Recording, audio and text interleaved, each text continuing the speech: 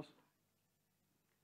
Muito boa tarde a todos. Em primeiro lugar, gostaria de agradecer o convite da Fundação Rui Cunha para participar nas celebrações do aniversário da Fundação Rui Cunha. E escolhi um tema que me é particularmente grato, que é a paisagem linguística da cidade. Eu, muito rapidamente, devo dizer que, quando pensei fazer uma tese de doutoramento, o tópico era precisamente este. Simplesmente, em Portugal, havia pouca gente que se sentia à vontade para falar sobre política linguística e, sobretudo, a paisagem linguística, que é um ramo da sociolinguística que apenas teve início em 1997. E optei por outra questão também ligada a Macau, sobre política linguística, mas nunca perdi a vontade de continuar a falar sobre a paisagem linguística de Macau. E então, vamos começar. Eu vou passar isto em frente, que isto foi para uma aula de professores e alunos sobre o recurso linguístico que é a metáfora, porque, no fundo, ler a paisagem linguística de Macau, no fundo, é uma metáfora. Isto é, o que está, que analogia podemos fazer em relação àquilo que está escrito na cidade. E encontramos aqui coisas mais diversas, escritas em português e em chinês, e aparentemente dão informação. E tem russo, aquilo é um restaurante russo, sim, que existe ali para os lados do Honkai-si, não é? E, portanto, o que é que nós vemos escrito na cidade? Vemos um discurso gráfico que é escrito de cima para baixo, ou seja, é escrito pelas entidades públicas ou, digamos, como se diz em linguagem jurídica, de utilidade pública administrativa, e vemos de baixo para cima que são os sinais comerciais, são os restaurantes, são os signos das empresas privadas, anúncios privados, imobiliárias, etc. Em relação e a paisagem linguística vou definir muito rapidamente, que é o domínio ao contexto linguístico, onde as mensagens visuais são dispostas como signos e lidas pelos transeuntes. É de 1997, são dois sociolinguistas canadenses que iniciaram esta área da sociolinguística. Tem várias funções que eu depois vou enunciar, mas tem duas principais, que é a informativa e é a função simbólica. A informativa tem a ver com as limitações e os limites geográficos, quer linguísticos, quer étnicos, etc. Eu dei o exemplo aqui de Singapura por uma razão muito simples. Eu não sei se todos já estiveram em Singapura, mas Singapura é um caso paradigmático eu diria, dos limites geográficos de determinados grupos linguísticos e etnolinguísticos. Nós vamos para a Serangoon Road, que é o chamado Little India, e lá temos a escrita, várias escritas índias, porque a Índia tem cerca de 21 línguas constitucionais e 15 escritas oficiais. Nós vemos o Telugu, vemos o Devanagari, que é a escrita do Hindi, vemos o Tamil Nadu, que é o mais relevante. Depois vamos ao Arab Street e vemos escrita em árabe. E depois vamos ao Chinatown e vemos escrita em chinês. Portanto, há ali uma delimitação geográfica e etnolinguística que nos dá, que é a parte da função informativa. Aqui em Macau também existe, porque se nós formos à rua lateral do Leal Senado, do edifício Leal Senado, vemos quê? Vemos os filipinos, vemos os restaurantes filipinos, supermercados filipinos. Se formos ali um pouco ao lado do mercado da Mitra, temos ali um setor que vai até ao Tap Siak, que é essencialmente tailandês. Mas os limites não estão muito bem demarcados. No entanto, é uma informação importante. A informação simbólica, que é a segunda parte da nossa conversa, é a informação que nos dá o estatuto e as funções que são, digamos, perceptíveis ou percebidas pelos cidadãos em relação às línguas que estão aqui, que estão em presença em Macau. Esta abordagem da paisagem linguística é importante porquê? Porque a sociolinguística, durante muitos anos, dedicou-se fundamentalmente a trabalhar com o discurso oral, apenas com, digamos, a fala. Ou seja, Falava-se sobre, por exemplo, socioletos, falava-se sobre ideoletos, falava-se sobre code switching, code mixing, mas a escrita estava ausente. Há aqui uma espécie de uma coisa como que não diria uma ruptura, mas como um novo modelo em que vamos predominar, vai ser predominante a escrita em relação à fala. E portanto, para além das funções que eu enunciei, as informativas e simbólicas, temos a cultural, a histórica, a social, a psicológica e a educativa. Vou dar alguns exemplos muito simples e vamos começar, por exemplo, com uma muito simples, que é a Rua do Campo, que é uma rua que toda a gente conhece. Desculpem lá. Toda a gente conhece e tem duas histórias diferentes. Tem uma história portuguesa e tem uma história chinesa. A história portuguesa chama-se Rua do Campo. Mas chama-se Rua do Campo porquê?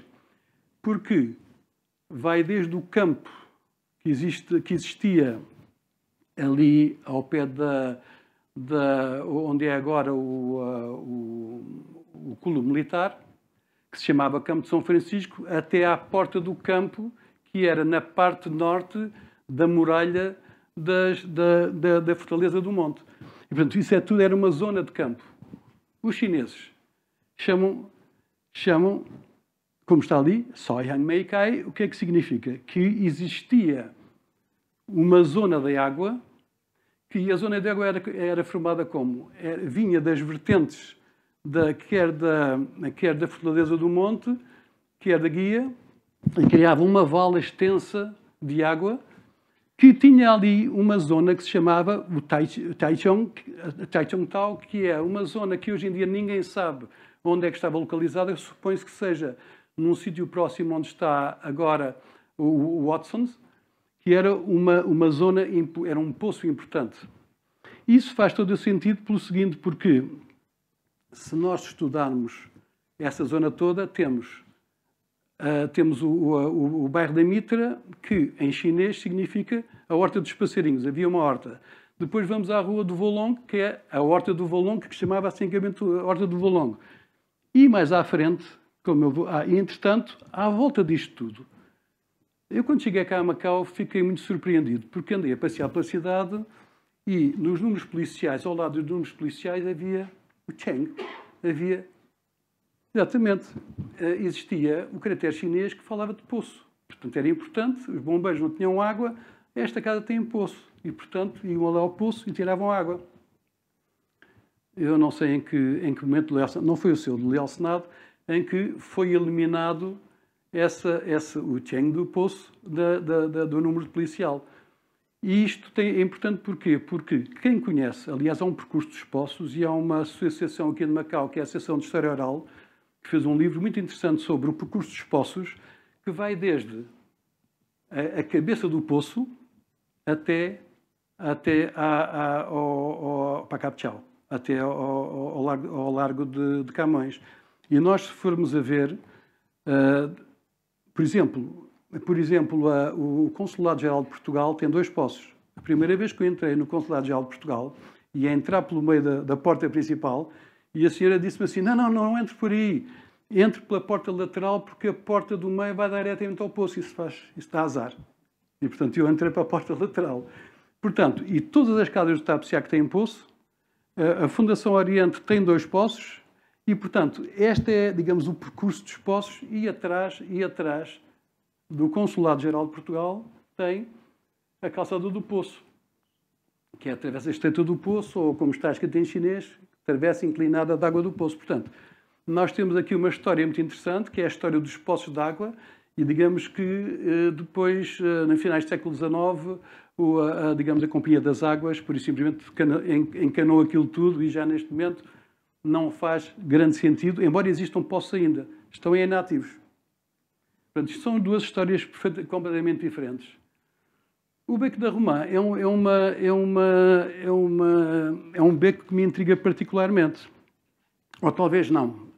Porque em chinês significa uma virtude, digamos, formosa ou virtuosa ou perfumada, e em português está romã. Ora, eu, em conversa com um indivíduo de uma associação aqui ecologista, perguntei perguntei por que razão é que chamava romã. Eu disse assim, espera aí que eu vou falar aí com um senhor muito antigo aqui de Macau e ele vai... Desculpem lá. E ele vai-me tentar explicar para ver se ele sabe.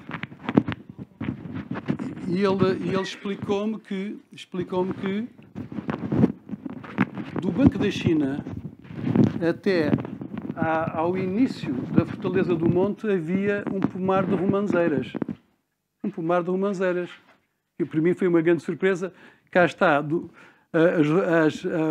a horta do Volong, a horta da Mitra e estas romanzeiras aqui também. Portanto, depois eu de qualquer maneira, eu arranjei aqui umas elucubrações sobre a romã, não é? Portanto, é a simbologia da romã na Ásia, que é um formato semelhante ao outro, que é o símbolo da fertilidade. Não sei se terá sido por isso, não sei. A simbologia da romã no cristianismo, a perfeição divina, porque isto é uma zona católica. Não sei se terá sido isso também. Do judaísmo também, a romã possui 613 sementes que significam os 613 mandamentos dos profetas judaicos do Torá. E até na tradição maçónica, eles utilizam a romã nos templos maçónicos, porque a romã, dizem os maçons, que a romã simboliza a perfeição do ser humano, ou seja, a polpa é a carne, o sumo é o sangue e os caroços são os ossos, que eu achei muita piada. Portanto, o local das romanzeiras parece, porventura, que seja, digamos, o nome mais plausível para ter sido atribuído esse nome. E cá está o Botticelli, não é? Que é a dona da romanzeira, com o Cristo com uma romã na mão. O judaísmo também tem e o mundo muçulmano também tem a romã. Portanto, são chamadas as religiões do livro. Agora temos aqui dois nomes. Este é Macau, este é na Taipa. O Pakap Chau, eu não sei se sabem qual é a origem do Pakap Chau. O Pakap Chau, o Lourenço Marques foi um dos frequentadores, foi um dos donos da zona que agora é a Fundação, da casa que agora é a Fundação Oriente, e era um grande criador de pombas brancas. E quando vinha da zona do Kengvu, o aglomerado de pombas brancas nas árvores parecia um grande ninho branco de pombas brancas. É por isso é que se chama Pakap Chau, que é o ninho das pombas brancas. Nós temos o nome de Passo Luís de Camões aqui. O Lago do Camões, na Taipa. Das duas uma. Ou era uma senhora muito formosa que se chamava Camui, ou podia ser uma corruptela de Camões, mas as versões de Camões em chinês não é propriamente esta. Portanto, Camões. Portanto, Camui, seria interessante saber qual era a senhora formosa que existia naquela altura para se chamar. E, curiosamente, um é largo, que é o Chintei, e outra é a praça, que é a mesma coisa que é o Chintei. Rua dos Mercadores, na Taipa, comprar e vender, não é? Mai, é comprar e vender, mas depois aqui a Rua dos Mercadores, que todos nós conhecemos aqui muito próximo, é a Rua do Acampamento. E é a Rua do Acampamento porquê? Porque no século XIX existia um acampamento de militares Qing que estavam ali para combater piratas e para não permitir o avanço dos portugueses para as zonas que já não eram zonas da cidade cristã. Portanto, temos duas versões diferentes, do português e do chinês, que nos dão isto dão-nos histórias orais da cidade que não estão levantadas, ou partes delas não estão levantadas. Depois temos esta parte curiosa que é a Rua do Pato, que aqui significa a rua atrás da Rua do Hospital, atrás do hospital, e aqui temos precisamente a Rua do Pato. A Rua do Pato. Portanto, esta aqui é a mesma Rua do Pato, a Hong é a Rua do Pato, e Yun, o Aikai, significa a rua atrás do hospital. E Yun, toda a gente sabe que é hospital. Calçada das Verdades. Não sei porque é que se chama Calçada das Verdades. Não sei se alguém sabe. Em chinês é fácil porque existe o Nacha E aquilo é a calçada do Templo Nachá, a rua do Templo Nachá e dentro do Templo Nachá. Portanto, aí não há dúvida que da parte chinesa é compreensível. Na Rua das Verdades, não sei porque é que é a Rua das Verdades. Haveria de que se estudar isso, porque isso faz parte da história oral de Macau.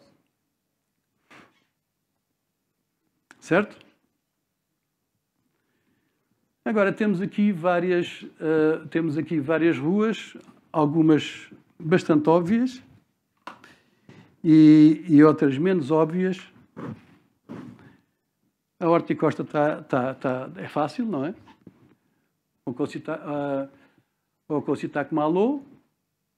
Depois temos a Rua Gonzaga Gomes, Rua do Senado, e o Pátio da Além Bosque. O Pátio da Além Bosque fez-me sempre muita confusão, porque o Pátio da Além Bosque pode significar um bosque, que bosque, não é? Em chinês, ou pode significar também um nome que é Olam.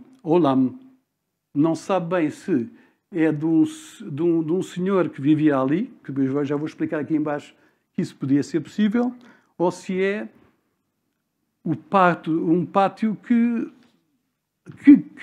bosque, que é um bocadinho estranho. O Largo do Pagode é óbvio, que é o que está lá escrito. A 5 de outubro é o que está escrito aqui, embora ali dentro está bem escrito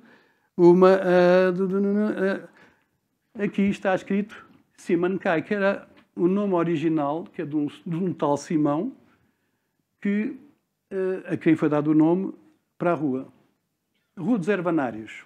A Rua dos Herbanários, para os portugueses, era uma zona onde existiam herbanários, no que está lá escrito em chinês, que é a rua da fronteira e é a rua da alfândega chinesa, porque essa zona onde existe a Rua dos Herbanários era antigamente uma sucursal da alfândega chinesa e chama-se a Rua dos Herbanários. Estas duas últimas placas são muito interessantes pelo seguinte: Beco das Caixas, não sei porque é que chama Beco das Caixas, ninguém sabe, mas sabe-se que é a rua de uma família, como o Beco do Chá é a rua de uma família.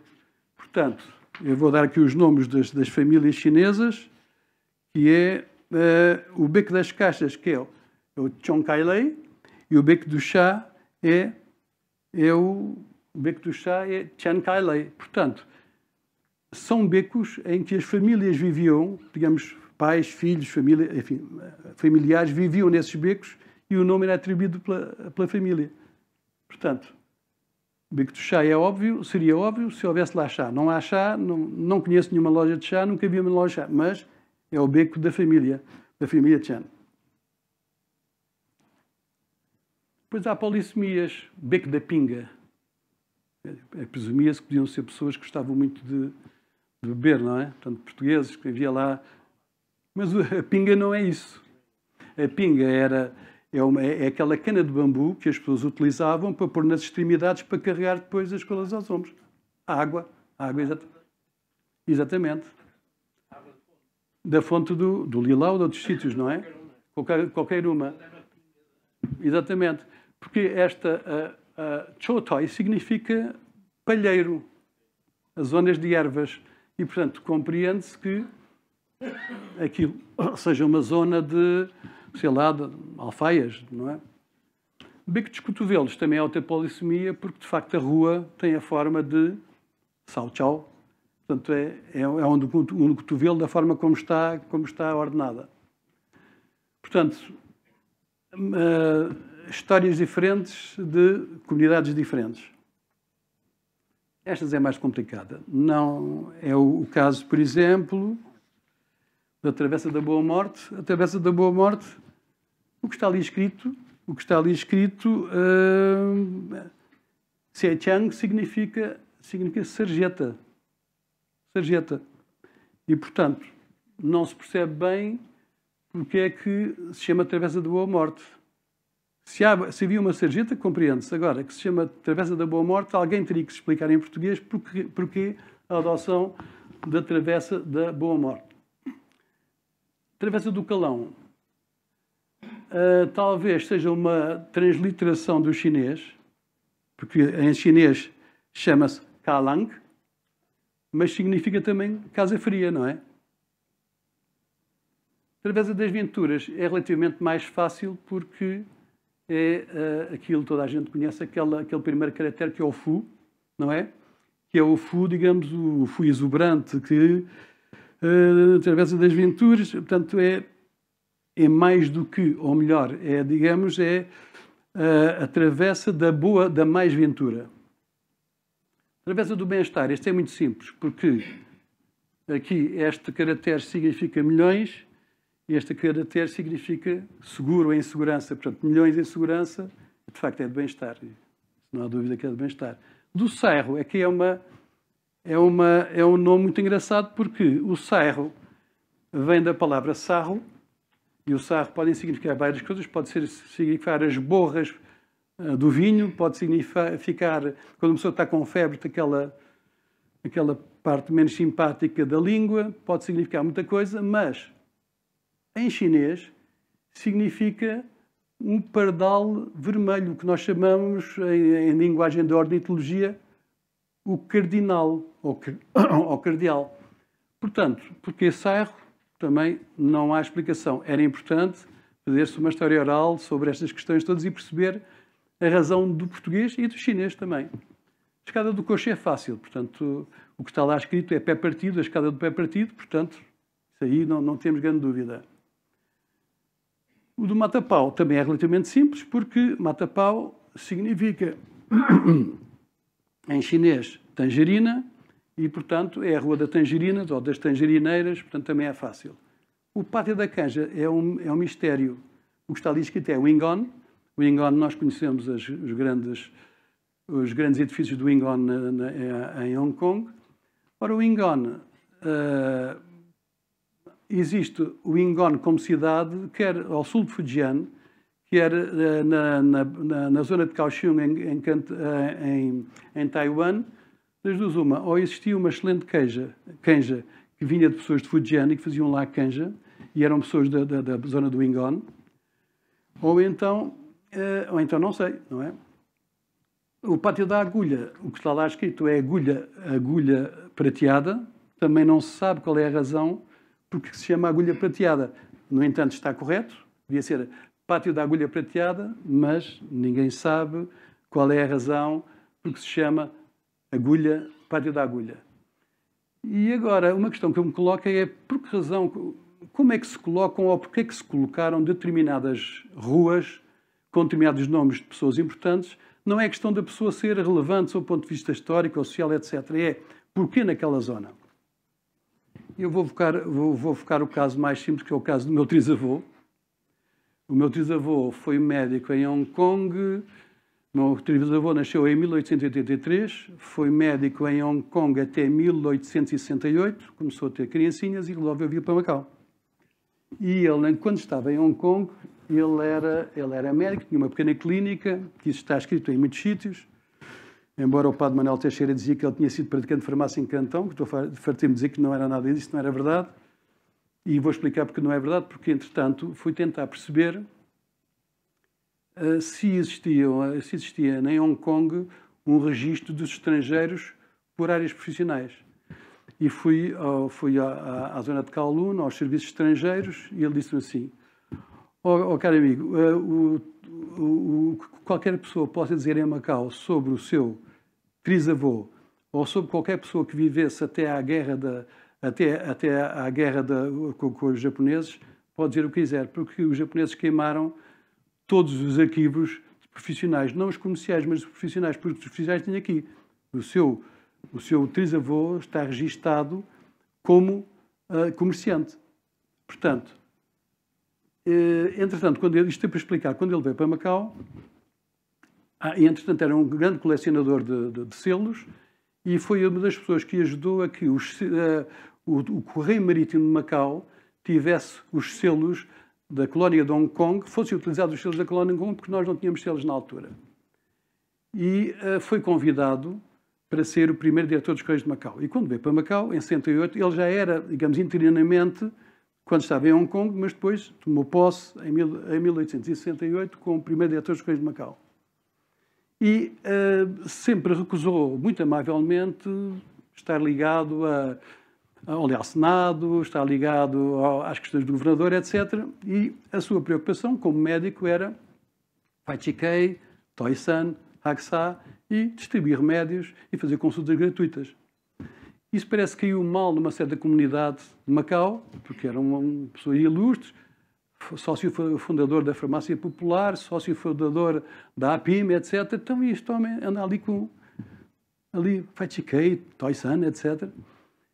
E nos anos 50, houve isto é uma carta que é enviada à minha tia-avó, Olga Mota. Houve um grande debate qual seria a rua que lhe devia ser atribuída em função dos relevantes serviços prestados à comunidade de Macau e, sobretudo, à comunidade chinesa. E não só à comunidade chinesa, porque parece que a farmácia popular, que é criada por um familiar por afinidade, porque o meu trisavô foi casado com a Parísia Nolasco da Silva, o irmão do Pedro Nolasco da Silva, o sinólogo. E acho que ele era foi o médico do Camilo Peçanha. E o Camilo Peçanha tinha grandes distúrbios e tal, e o meu trisavô entendeu que seria importante ele participar na criação da Farmácia Popular e foi um sócio fundador da Farmácia Popular. O dono da Farmácia Popular era o Henrique, exatamente. E, entretanto, houve uma grande discussão no Leal Senado qual seria a rua, digamos, a atribuir ao meu trisavô. Acontece que houve uma secção da Assembleia do Leal Senado que entendia que devia ser a Rua do Campo. E porquê a Rua do Campo? Porque no sítio onde está agora o Watsons, que era o número 1 da Rua do Campo, era a casa dele, onde os primeiros Correios de Macau no resto de chão ficaram sitiados, a oferta dele, e o primeiro andar e o segundo andar eram dele. Porque não fazia sentido, já não havia Rua do Campo. E houve outras pessoas do Leal Senado que disseram: ele gosta de Faichikei Toisan, então vai para Faichikei Toisan. E, portanto, ele tem uma rua que está mesmo à frente do mercado Toisan, que é a Rua Dr. Ricardo de Sousa. Gerou uma polémica, o padre Manuel Teixeira escreveu que ele tinha sido praticante de farmácia em Cantão. Ora, como é que podia ter sido praticante de farmácia em Cantão se ele viveu grande parte do seu tempo em Hong Kong, tirou o seu curso em Hong Kong de Medicina e exerceu... mas depois escreve uma coisa fabulosa, que escreveu, quando a minha tia-avó morreu, a Olga Mota, escreveu um texto muito interessante, A Última Senhora de Macau, etc., e depois diz isto. Neta do Dr. Ricardo de Sousa, que quando saiu de Hong Kong, recebeu um sinete de ouro e um relógio dos relevantes serviços clínicos prestados em Hong Kong. Afinal, já havia serviços clínicos. Não era de praticante de farmácia. Portanto, tem piada porque a localização do Ricardo de Sousa foi precisamente porque achavam que ele devia estar bem, era no Faichikei e no Toisan, e é onde ele está neste momento. Ele deveria estar muito contente se fosse vivo, não havia problema nenhum. Ora bem, continuando, e vamos mudar agora para outras questões, que é a questão da escrita da cidade. Eu não sei se alguém sabe que bandeira é aquela. Ninguém sabe, não sei se sabem. Aquela foi a bandeira da Primeira República da China, Sun Yat-sen, e que tem 5 cores, que aparentemente parecem não significar grande coisa, e depois temos os 100 renminbis da República da China. Ora, isto significa aquilo que os chineses, que na Primeira República se chamava as 5 bandeiras, que eram os 5 grandes povos que construíram a China. O chinês, o manchu, o mongol, o hui e o tibetano. Entretanto, o hui foi modificado pelo iugur, porque depois aparece aqui nos 100 renminbis, aparece Zhongguo Renmin Yinhan, que é o chinês, aparece o mongol, o tibetano, o iugur e o zhuang. Zhuang porquê? Porque é a minoria maior, com alguns milhões de cidadãos da maior minoria da população da China. Portanto, a primeira fase foi a fase da história oral de Macau, aquilo que se pode encontrar em termos simbólicos, em termos simbólicos, mas etnográficos e da história oral da cidade. Depois temos algo que é um pouco diferente, que é o que é que se escreve na cidade e como é que se escreve e porquê é que se escreve. A política linguística está aqui definido, o que é que um governo consigna oficialmente através da legislação e como é que desenvolver essas capacidades ou competências aos cidadãos para que eles sejam proficientes naquilo que são as línguas oficiais e aprovadas em Macau. E temos dois instrumentos importantes da política linguística, que é o planeamento linguístico, que é o equipamento linguístico, que é a ortografia, o léxico de padronização, o ambiente linguístico e as leis linguísticas. E depois temos o sistema educativo, que é conceber planos curriculares onde se reverta as leis e, digamos, o planeamento linguístico nesse sistema educativo. E nós temos, em termos de equipamentos, temos a ortografia, que é o acordo ortográfico de 45, que está em vigor hoje em dia. Nós não utilizamos o acordo de 90, mantém-se em Macau o acordo de 45. Temos um silabário codificado da Regulamentação da Língua Cantonense de 345 monossílabas e 8.000 caracteres. Se quem tem o nome em chinês no BIR, verificará que em cima de caracteres estão 4 números que identificam o caractere que está romanizado. E depois temos a parte dos léxicos, dicionários, glossários temáticos e a padronização, que é a norma a ser ensinada, gráfica, lexical, sintática, etc. E dei o exemplo. Putonghua aparece em 1955, a pronúncia é Beijinghua. Beijinghua ganhou, ao que dizem, por um voto em relação a Xingdurhua. Levantou-se uma grande questão, qual seria, digamos, a fonética padrão, e ganhou Beijinghua. O vocabulário é o Guanhua, que é o conjunto dos dialetos do mandarim. E depois a gramática curiosamente, não é dos textos clássicos, mas é do Huawen. Huawen é a literatura popular. Nós aqui, o que é que vemos escrito na cidade? Vamos ver se isso coincide ou não com aquilo que está escrito. Na cidade temos estes 4 exemplos e vamos ao primeiro exemplo. E temos em português que é da bala da Nossa Senhora da Esperança. Não é? Da bala. E não sei se já repararam num pormenor, é que da bala da Nossa Senhora da Esperança está escrito em chinês simplificado. Não está escrito em chinês clássico, que é aquilo que prevalece e que é da nossa, digamos, são os grafemas da língua chinesa que são adotados em Macau.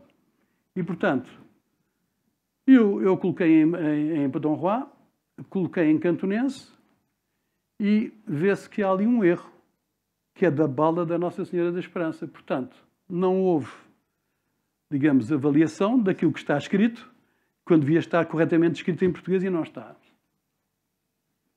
Desculpem. Depois temos isto que toda a gente já sabe. Isto é uma coisa interessantíssima, que em chinês está corretíssimo, em chinês está corretíssimo porque diz Qingtei, número dos pisos em que este elevador, que é máquina, não é? Para. E em português está indicação dos pisos pardos aos seguintes níveis. Não é? A tradução para português não faz sentido na língua portuguesa, não cumprido o objetivo informativo a que o anúncio se destina por erro de tradução. Depois temos isto que eu encontrei quando estava na Fundação Oriente, fabuloso, que é de 2002, 2003, que é incendiante esperançoso será recolher todo o livro antigo a fim de fazer uma caridade. O que é que isto significa? Mas em chinês está correto, que é esperança ardente. Portanto, esperança ardente é uma forma, eu diria, bastante interessante de reciclagem de livros usados e venda de beneficência. Percebe-se a intenção da campanha, agora não se percebe a correspondência na língua portuguesa. E devia estar correto, mas não está. Isto é um serviço público, que é tenha cuidado dentro e fora. Mind the steps. Ou seja, cuidado a subir e a descer. É como se devia traduzir, não é? Siu Sam Seong Hok. Está certo? Não está? Sabe onde é que isto... Não sabe onde é que isto está? Nem vale a pena. Não vale a pena. Nem vale a pena. Eu também isto não é para estar... Não é para... Isto não é... E temos isto que eu acho fabuloso. Isto é amoroso. Eu já vi isto em vários sítios. Já vi em vários sítios. Uma delas é precisamente do primeiro cartório notarial que já desapareceu, que agora ali uma farmácia que é a Dica Carinhosa. Eu fiquei inebriado, eu ia chorando quando fui fazer o reconhecimento de uma assinatura e disse, olha, cá está uma Dica Carinhosa. E, portanto, isto é uma tradução correta do warm reminder. Isso está certíssimo. O grave é aquelas barreiras estabelecidas na rua para dentro, que é o acesso sem barreiras está localizado na rua interior. Em China está correto, em português não está correto. E esta é mais grave ainda, que é de uma empresa privada, que se todos nós cumpríssemos a regra, todos estamos aqui e penso que nenhum de nós estava aqui presente neste momento, não é? Porque é o aviso de alerta que, faz favor, tome remédio para ratos, para ver se estas coisas passam rapidamente. Portanto, e a remuneração do chinês, que é do cantonense, nós temos este restaurante toda a gente conhece, que é em frente da escola portuguesa, é o Takheng, não é? Takheng, e que está escrito com uma remuneração que nem é cantonense, nem é mandarim, é Taiwan. Aliás, quando tem H e S, é Taiwan. Depois, o Happy House, infelizmente, já desapareceu, que é o Phai Lok Ok Mei Sek, que em tradução em inglês que se chama Happy House, mas sem tradução em português. O grave é que temos o Jardim do Limioque sinalizado nas placas que não está de acordo com o Decreto-Lei 88/85. Porque é IOC que escreve-se assim, não se escreve com C.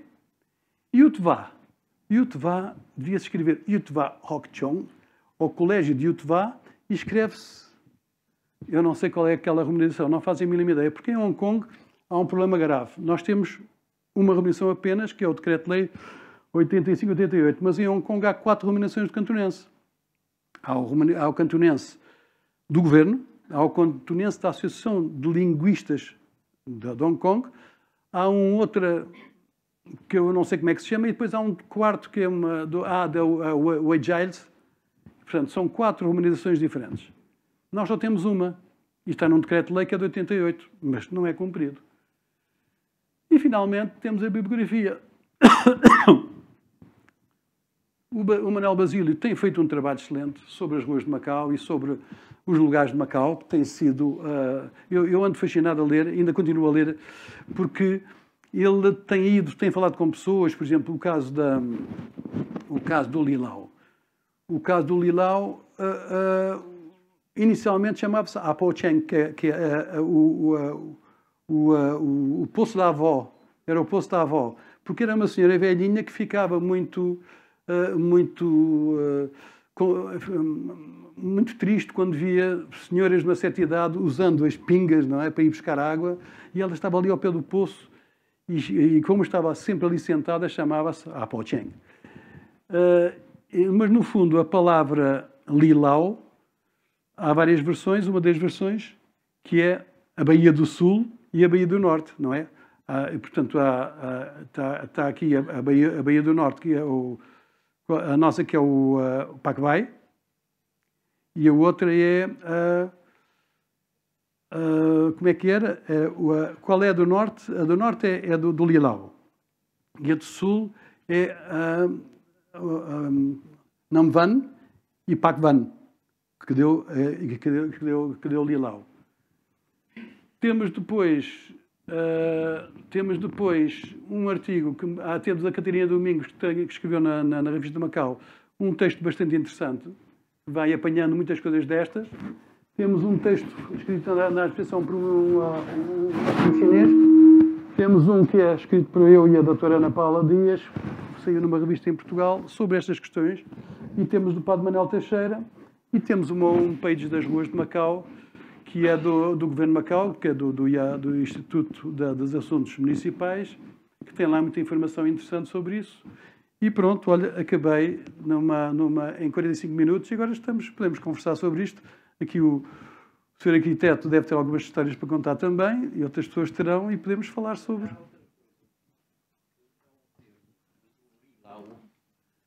O lilau, ali no... Significa outra coisa. Que é a água que vem de dentro. Exatamente. Exatamente. O lilau... A água vem de dentro. Sim, a água da mina que sai de atrás das sim, rochas. e depois sobe. Digamos, é uma água grande que Sim. circula. Exatamente, também a outra versão, sim, senhora. Portanto, a água que vem de dentro. Sim. Das pedras. Sim. Era só isso.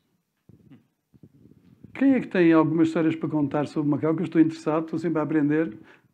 Porque em Macau há uma associação que é a Associação de História Oral e tem um livro muito interessante, que eu já falei há bocado, que é um livro sobre os poços de Macau.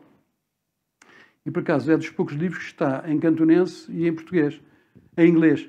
E faz precisamente o percurso dos poços que eu fiz, o percurso dos poços. E é uma coisa interessante, porque há situações inimagináveis que há poços e nós não sabemos.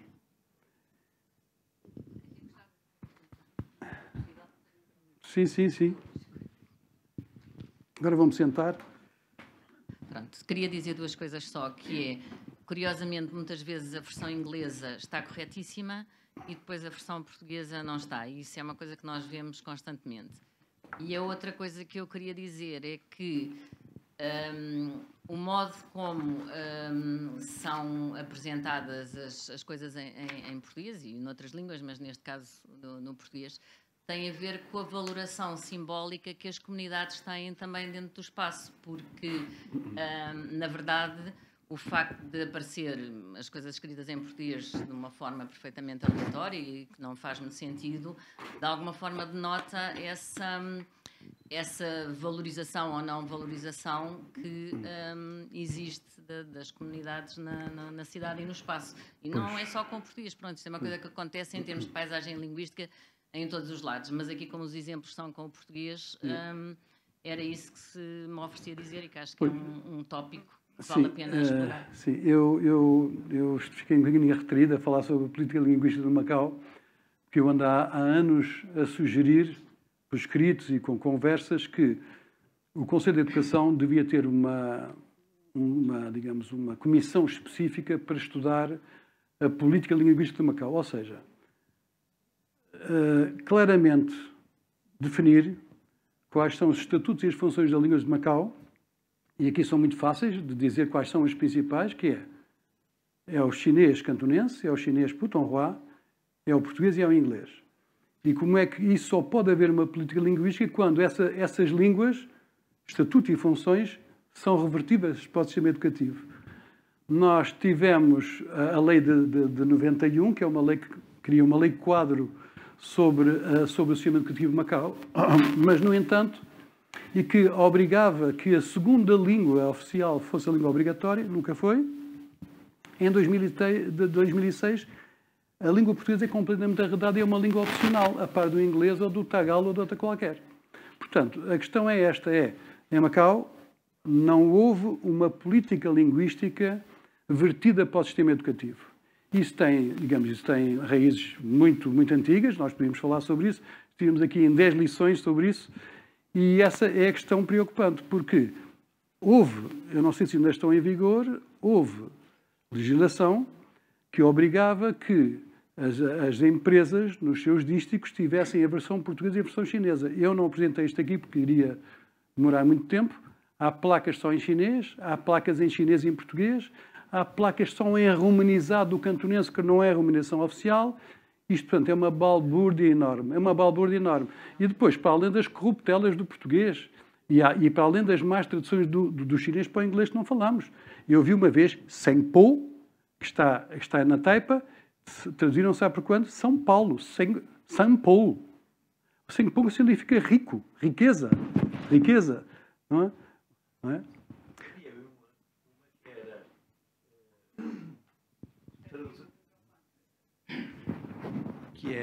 Tinha escrito em inglês e depois resolveram pôr o português também. Então traduziram do inglês direto.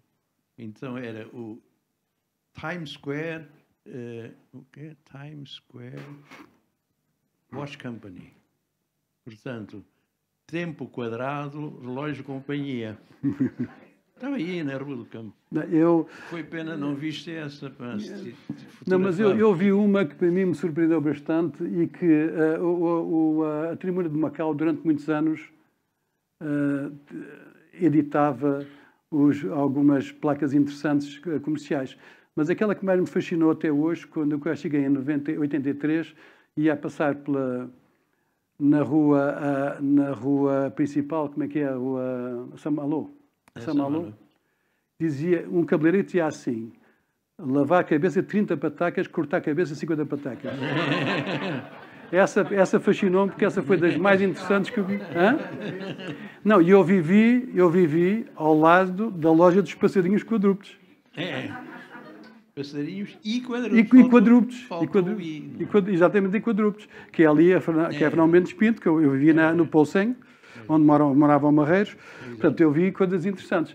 O que eu achei sempre muito estranho é que isto fosse uma brincadeira, embora tenha algum caráter lúdico, mas o último governador de Macau patrocinou um livro com estas brincadeiras todas. Quer dizer, em vez de ter tido a preocupação de inspecionar e verificar, pagou para estas brincadeiras aparecerem. Não, isto tem alguma... Isto tem um aspecto relativamente lúdico, mas em termos de política linguística é um verdadeiro desastre. Quer dizer, as pessoas não respeitaram aquilo que está consignado na lei, nem sequer é, digamos, os altos valores e as nossas concepções que nós temos muito mentalistas na nossa língua. Não, é aquilo que está na lei, é cumprir a lei, pura e simplesmente. Mas eu tenho uma coleção de coisas verdadeiramente fascinantes e algumas surpreendentes. Não diz? Não, isto não é uma pergunta, mas é um pouco o impacto que pode ter. Não vou falar em nomes, mas, por exemplo, num projeto ligado à arquitetura, um consultor de sinalética é de Hong Kong. E, portanto, a tradução em inglês está correta, obviamente o chinês também, o português não fazia sentido nenhum. E o alerta foi feito e a resposta desse consultor de Hong Kong foi: não, isto já está num estabelecimento aprovado e a funcionar em Macau. Eu disse: o facto de ter um precedente não quer dizer que esteja correto. Portanto, a alerta é feita e, como consultor, deviam contratar um tradutor oficial e, pelos vistos, isso ninguém liga. E agora, outra que é, para mim, muito mais grave, foi... calhou o percurso profissional ter estado na secção consular da Embaixada em Bangkok. E deparei com uma questão muito caricata, que era os assentos de nascimento de Macau. Os cidadãos chineses têm o nome de família no início e o nome próprio no final. Mas a partir desse...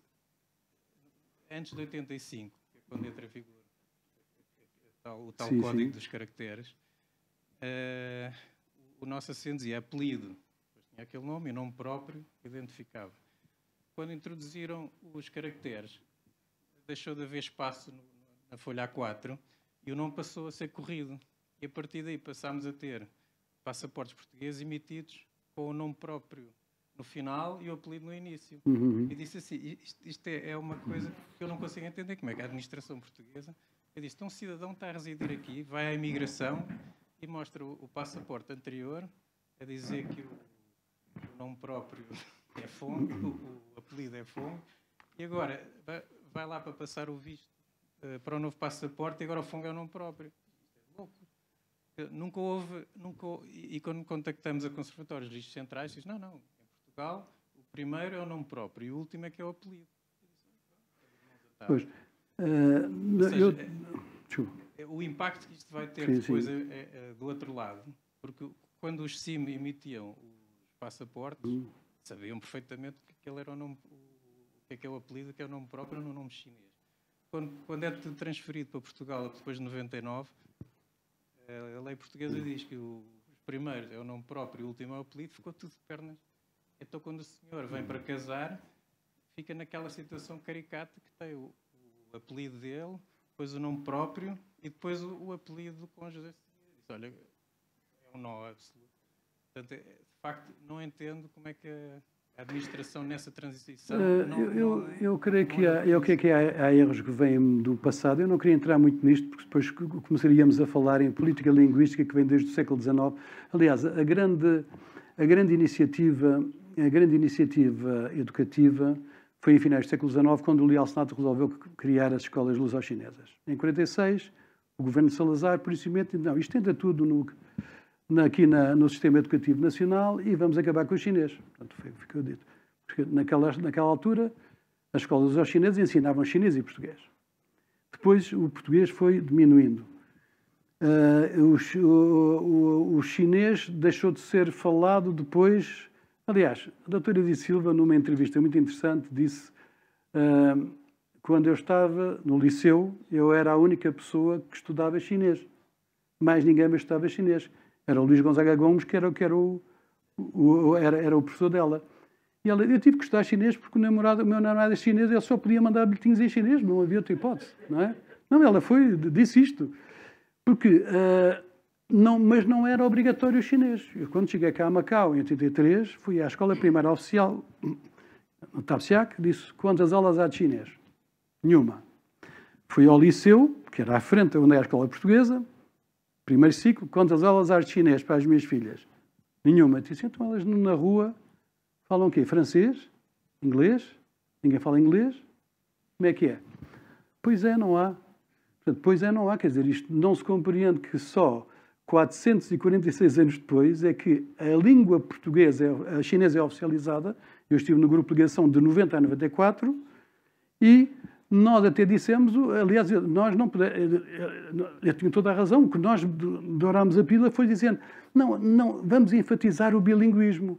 Mas o que é certo é que mesmo depois da Declaração Conjunta em 87 até 99, não se fez nada. Eu tive a preocupação de criar cursos em chinês para portugueses, portugueses para chinês, no SAF, que vim criar, foi um dos criadores do SAF. Tivemos aulas de cantonense, demos aulas de cantonense para a população macaense, foram para a escola Sion Fone Pocas, do Sr. Ho, e que tiveram a quarta classe. Muitas pessoas estão aí, a Rita Santos e outras pessoas foram tirar a quarta classe do cantonense, que era importante. Depois, em 87, insisti com o Dom Roy. Em 90, tivemos 3 cursos com a Universidade de Línguas e Cultura de Pequim, naquela altura chamava-se Beijing Yuan, da História do Instituto de Línguas de Pequim. E num ano, as pessoas, aliás, ao fim de 3 meses, qualquer macaense falava fluentemente Dom Roy. Eles estavam muito admirados. Então, mas é natural. Embora a construção morfossintática seja diferente, quer dizer, há similitudes, portanto, e já ouviram canções de Taiwan, etc. Portanto, era relativamente fácil. Mas aconteceu uma coisa fantástica. Os dirigentes na altura, enfim, eu não estou responsável dos dirigentes na altura, mas estou a realizar os dirigentes de cima, entenderam que depois de vir um ano em Portugal, o PEP, esqueci-me do PEP, criei o PEP para as pessoas irem a Portugal, vinham e depois, num contexto linguístico que não era o deles, foram perdendo. E foram perdendo porquê? Porque os seus diretores de serviços entenderam que chatice, já tiveram lá um ano, já tivemos a pagar, mas não foi você que pagou, foi o governo de Macau. Portanto, porquê é que não vão continuar a estudar cantonense, a mandarim, porquê é que não vão continuar a falar português? E não, aquilo foi abaixo. E eu tive a ver as estatísticas de 88 a 99, por mais estranho que pareça, houve um decréscimo considerável do universo do pessoal bilingue, a todos os níveis. O que aumentou ligeiramente foi o quadro técnico superior, que eram pessoas que, uns foram a Portugal, outros foram aqui lá, e que se mantiveram. Portanto, há várias pessoas aí, chineses, que se mantiveram a aprender português, a continuar a falar português. Portanto, houve aqui há um decreto-lei, por exemplo, eu vou dar para concluir isto. Em 89 foi criado um decreto em que entendíamos que era importante que os chineses ingressassem na função pública. E porquê? Porque a Fundação Social Escolar, que naquela altura tinha 800 milhões de patacas, quase 2/3 era para pagar bolsas. E para onde é que eles iam? Iam 50% para a República da China, 20% ou 25% para Taiwan e o resto para, digamos, Estados Unidos, Canadá, Austrália, etc. E vinham para cá. O que é que lhes acontecia? Acontecia que havia um despacho de 85 que dizia assim: uma pessoa licenciada nos Estados Unidos ou no Canadá ou em Harvard, tendo o grau 1 de português, tinha o equivalente à 4ª classe para ingressar na função pública. Então, quer dizer, pagava-se uma pessoa para ir, chegavam cá... Isto é uma coisa perfeitamente absurda. O que é que nós fizemos? Criámos um diploma, o tal de 88, e depois criámos um segundo diploma, que era a Lei número 5 de 90, que tivemos a autorização legislativa da Assembleia Legislativa para criar o quê? Criar uma progressão na carreira com a obrigatoriedade do ensino da língua portuguesa ou chinesa. E, consoante as profissões, vou dar um exemplo muito simples, um motorista era chinês, se quisesse ser promovido, digamos, ao topo da carreira, tinha que chegar até ao nível 2 do português, que já era relativamente bom, para aquilo que não havia nada. O que falava só português, tinha que fazer chinês, etc. Depois, beneficiámos a comunidade macaense porque tinham que saber falar português e chinês se fosse para o pessoal administrativo. Ora bem, os macaenses, tradicionalmente, digamos, eram, digamos, os recrutados para serviços administrativos, e, portanto, mas depois obrigámos também a estudar chinês, escrito, etc.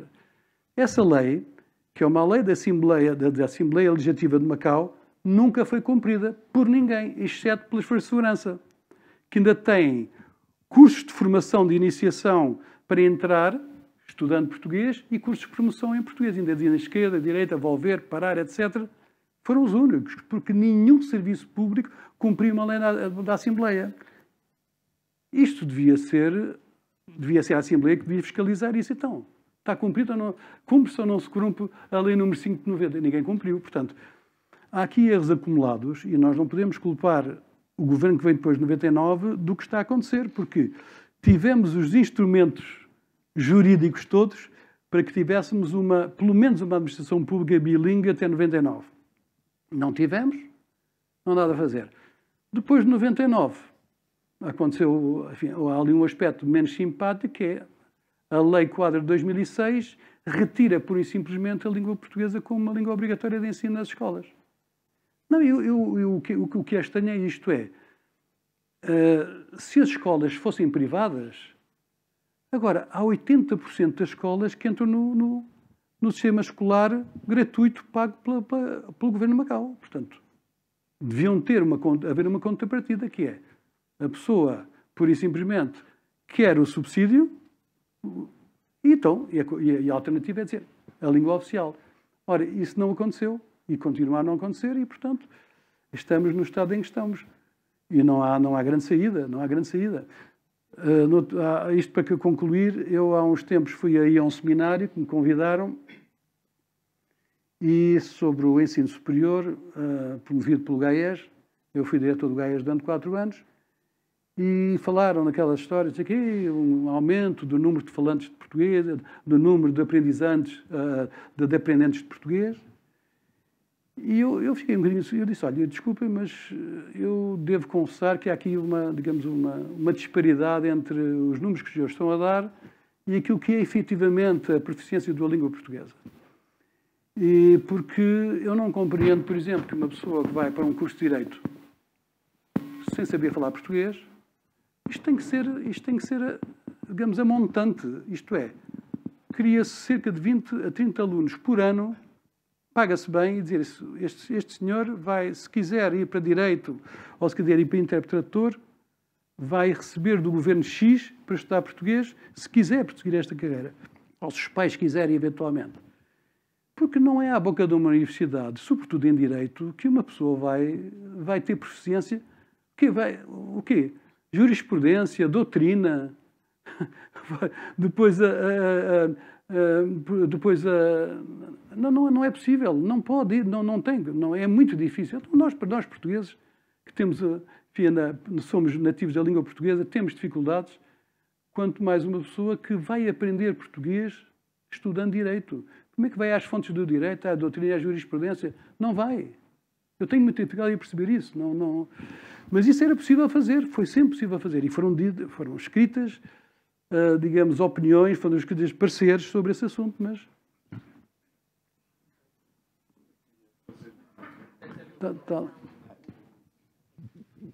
Rui, parabéns.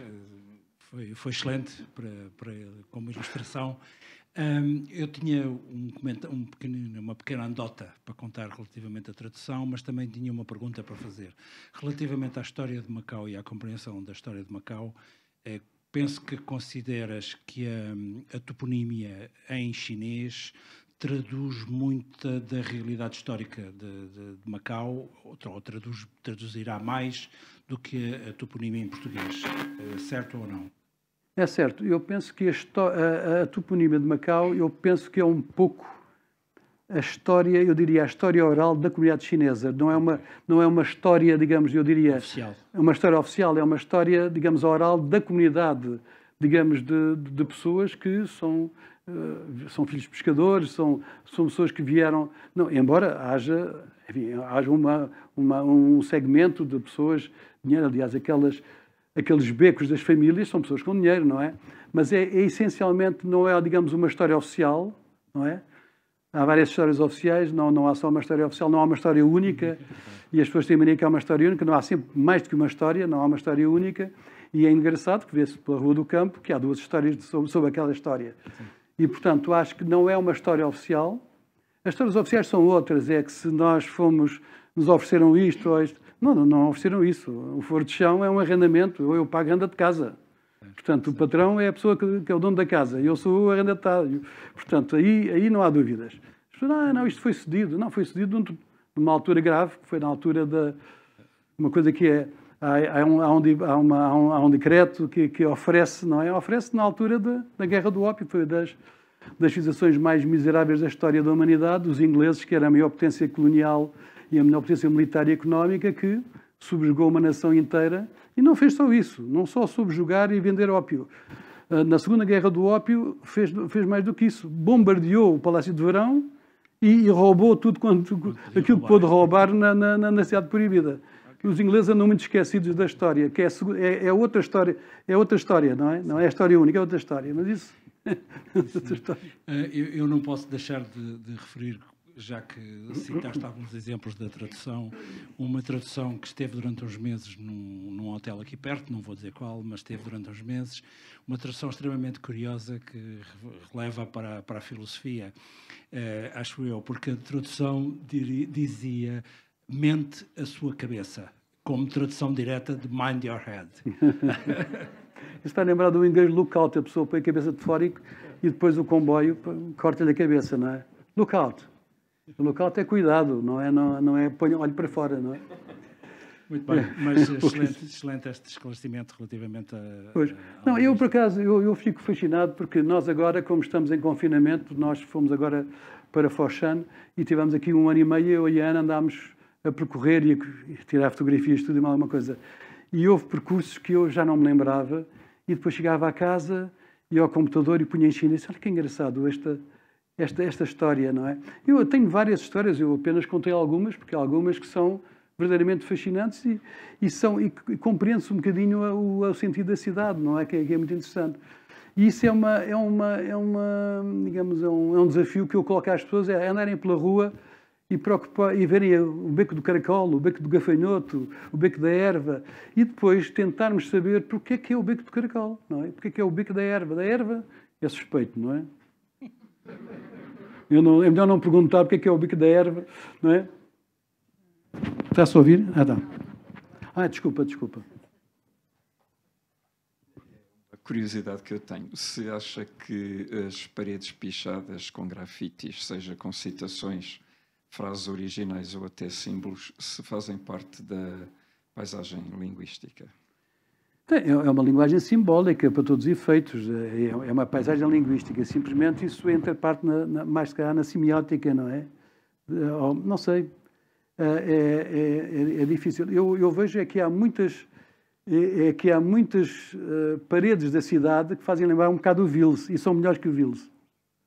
Não sei se aquilo tem ali umas colorações lindíssimas que eu tenho tirado fotografias. Agora, nós não temos muita tradição da chamada da pintura urbana, não é? Aqui não há muito a tradição da pintura urbana. Mas é de forma que representa, obviamente, é simbólica e representa, digamos, um certo estado populacional, uma certa corrente de opinião, uma certa maneira de ver o mundo, uma mundovisão. Isso, obviamente. Eu, por acaso, nunca me dediquei muito a isso, mas provavelmente é capaz de ter... Tem interesse em estudar isso, não é? Eu não sei se aquilo que eu vou dizer é verdadeiro ou não, mas eu penso que o grafite está proibido em Macau. Portanto, é uma linguagem que não existe como linguagem urbana. Em Singapura é chicotadas. Portanto, é isso. Eu vou pôr agora uma outra questão que eu acho interessante, porque nós estamos a falar de uma evolução, estivemos a ver a história de Macau, e Macau tem várias histórias, como o Rui acabou de dizer, e pelo menos oficialmente poderá haver uma história chinesa e uma história portuguesa. Sim, e nas ruas nós vemos também isso. Há os nomes que são chineses e há nomes que são portugueses. E aqueles nomes que coincidem, por exemplo, que é o caso, por exemplo, da Horta e Costa, que acabou de referir, ou de Coronel Mesquita, etc., etc., são as chamadas novas avenidas que foram abertas numa determinada altura e que, portanto, têm uma correspondência pela história de Portugal. E há algumas que podem ser traduções ou não. A questão que eu quero pôr, isto não me levam a mal, mas estamos a encaminhar para lá, nós vemos que cada vez se perde o português em Macau.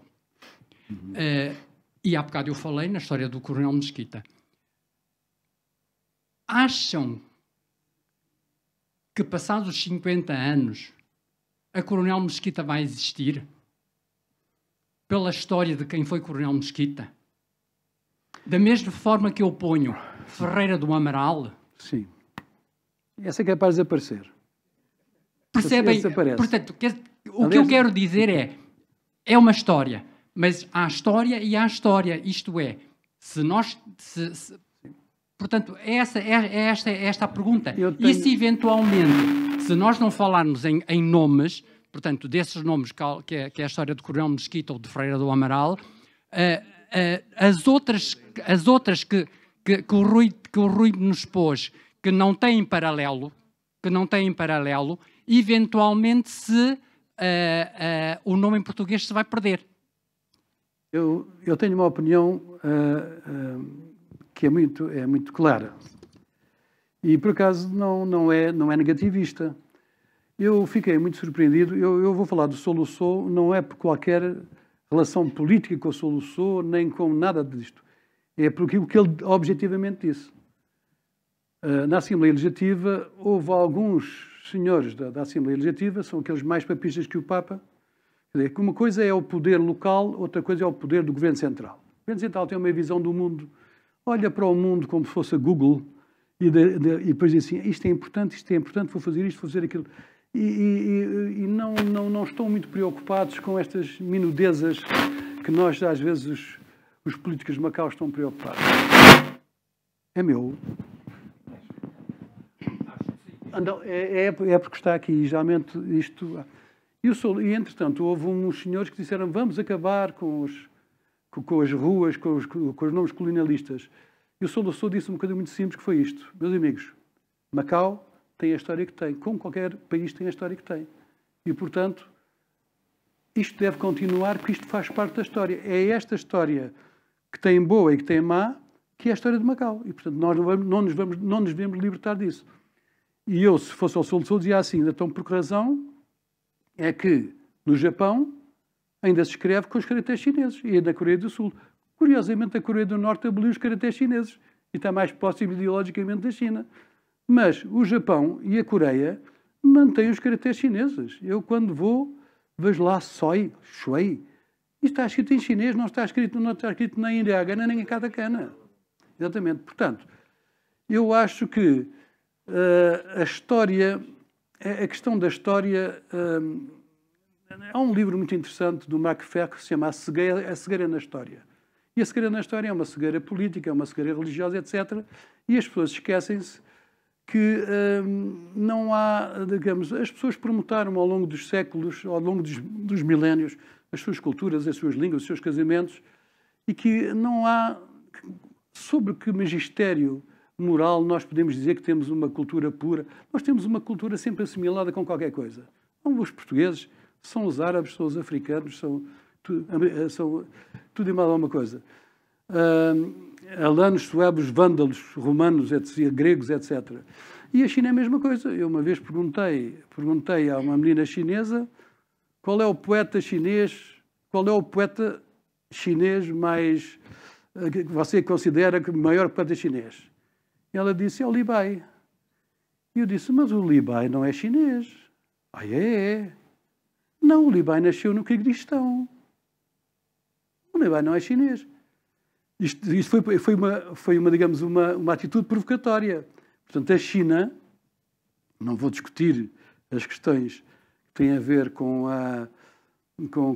eventuais conflitos ou pseudo-conflitos, mas a verdade é que a China, nas 5 bandeiras, tem lá as minorias étnicas. Eu quando estive na Comissão de Estado para a Língua, o subdiretor da Comissão para a Língua era um senhor da minoria maior, que estudava os caracteres chineses dos bambus, e considerava-se tão chinês como há mongóis que se consideram tão chineses, embora mongóis. Portanto, há todo um discurso internacional, eu não vou entrar muito nisso, mas há todo um discurso internacional por questões geoestratégicas, é o Pacífico Sul, 1/3 do comércio mundial passa ali por Estreito de Taiwan, e é bom dizer mal dos iogures, é bom dizer mal daquilo e daquele outro. E depois há questões complicadíssimas que são questões geoestratégicas. Portanto, por exemplo, a questão do Tibete é uma questão complicadíssima. Os 2 grandes rios da China nascem no Tibete. O Mekong, que também é um rio importante, é o Mekong, é o Yangtze, nascem no Tibete. Portanto, há ali questões políticas. Aliás, há, como diz a Unesco, provavelmente o futuro é um futuro da guerra d'água. Os Montes Golãs, eu vou dar um exemplo muito simples. A ocupação dos Montes Golãs não é só porque os nossos amigos israelitas não gostam dos palestinianos, é que os Montes Golãs é que abastecem o Rio Jordão. E o Rio Jordão é um rio fundamental, quer para os palestinianos, quer para os libaneses, portanto, é a guerra da água. Portanto, é uma guerra geoestratégica. Portanto, nada disto é inocente, não é?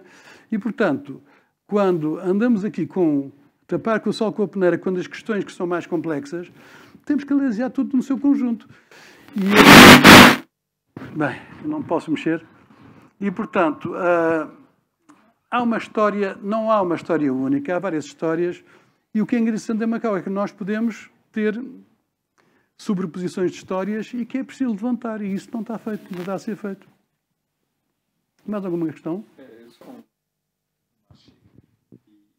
Deixar também uma pista que pode ser válida ou não. Boa Morte e Eutanásia. E eu li alguns, mas não lhe sei dizer quando, nem como, nem onde, que seria alguém que era contactado para abreviar os finais excruciantes. E em Portugal deu direito, inclusive, a um apelido às famílias Boa Morte. Fica com esta pista para eventualmente... Não, isso é interessante. Pois, eu por acaso gostava de ter uma... Enfim, eu neste momento estou formado e agora já não faz muito sentido andar para aí. Outra questão muito interessante, por exemplo, eu no outro dia levantei essa questão num seminário no IPM. Nós temos aqui em Macau, e muitas pessoas, se calhar, não se apercebem, e quem fala chinesa percebe-se, ou quem gosta da linguística chinesa, nós não temos traçado um mapa linguístico de Macau.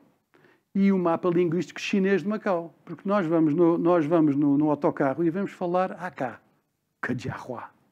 Vamos falar o cantonense Toisan, o cantonense Chunda, que são dialetos. As pessoas muitas vezes não têm noção que a língua chinesa não é uma língua chinesa, é uma família de línguas chinesas. Por questões políticas, e isso é que é a parte que eu acho que a China tem que rever isso, embora a China também não se meta muito nisso. Acho que deixa estar, às vezes vai avançando e depois recua.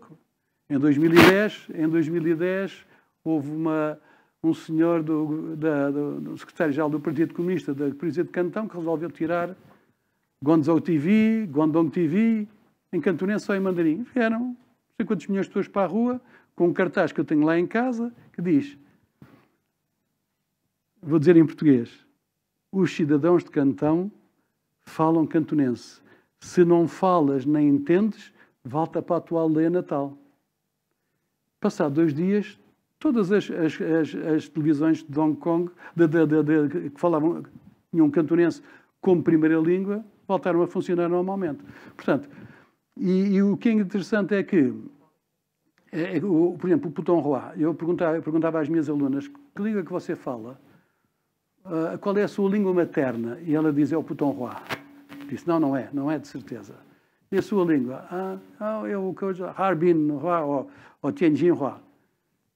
Porque o Putonghua, que tem no artigo 4º da Constituição da República da China, diz que todos têm direito ao ensino e à aprendizagem do Putonghua, mas no artigo 19 diz que todas as minorias étnicas têm direito à língua e à escrita, mas há uma parte em omissão que é as línguas chinesas estão omissas.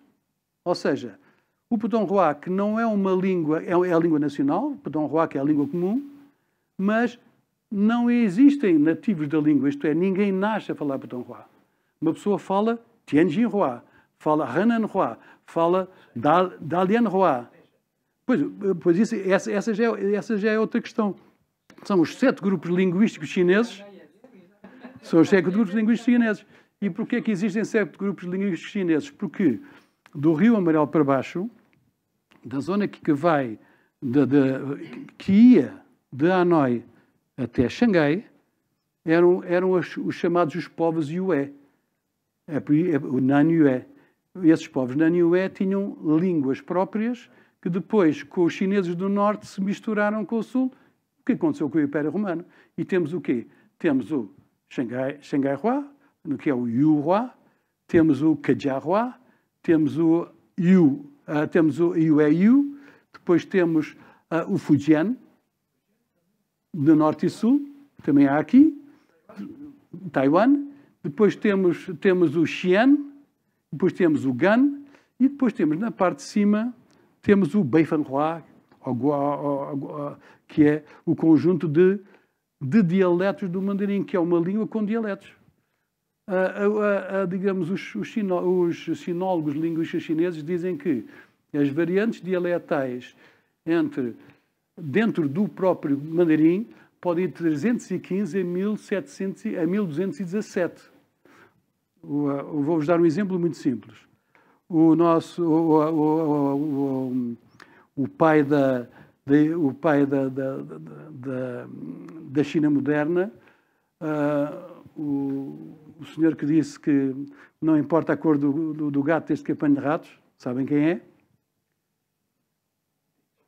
Deng Xiaoping.